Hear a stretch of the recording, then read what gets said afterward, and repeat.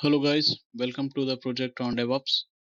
In this video, I'm going to brief about the application, how it is, how it works. So let's go to the GitHub account and I have this code I have written as my project. And main thing is this is a Node.js application. So this is the application that is going to show you a simple, to-do list. This is just a testing purpose. This is not a very heavy application. So here I have used Gradle to build the this application, and once it is built it is going to create a Docker image from it. This is the Docker file.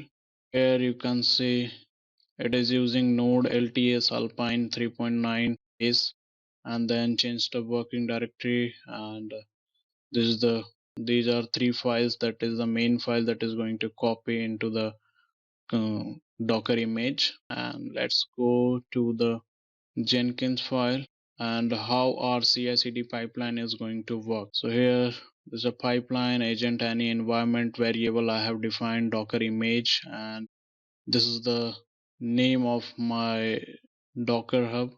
This is the username, so you have to replace it with your username. Okay, otherwise the CI/CD pipeline is going to fail, and then it will just build a command and echo on the console that running build automation, and then it will run this command gradle build no daemon. It is going to this stage is going to build the application, and then this stage is going to build the Docker image. If it is a branch is master, then it will, this is a docker dot build, and then the Docker image name.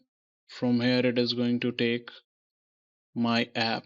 Okay, and app equal to whatever the Docker build is, it is going to assign to app, and then it is just going to echo this hello world. That is not necessary.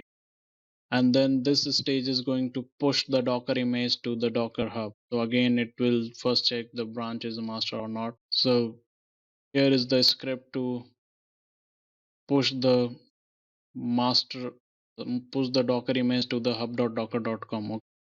Here you can see this is the ID or secret that we have mentioned in the Jenkins. Okay, so this is very important. So if I just go over here and go to manage Jenkins, here you can see the ID Docker hub access ID. Okay, that is defined over here, so that you have to remember.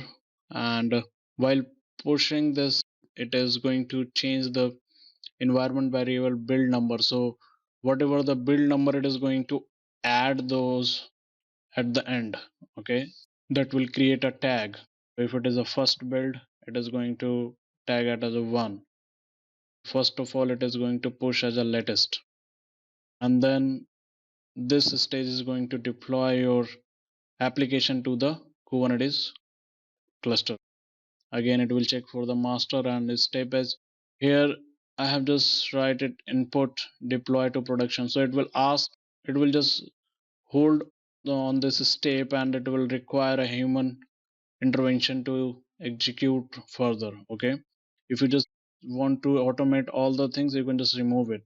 Okay, it is not going to ask then. So it is just a milestone one, and this Kubernetes deploy function is going to deploy the application. Kubernetes ID, this is again, this is the same ID that is over here, kubeconfig, so that must be same.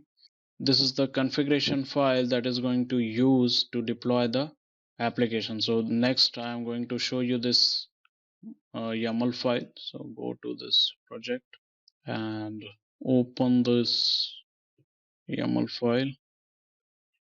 Okay, here this is going to create one service, and node port is 30950, and this is the port number on which this application is listening.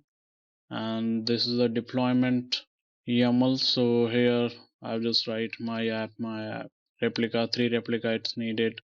And here is the image. So this is the, again, the Docker image name is a variable that is going to replace, and this is the tag that is the build number. So whenever a new build is going to create, it confirms that the new image is getting deployed. Okay, you can use your own things, means how you, it depends upon you how you are going to create these functions, okay, how it should work. So this depends upon totally upon the requirement how it should work. But here I have, what I have done is like this. Okay,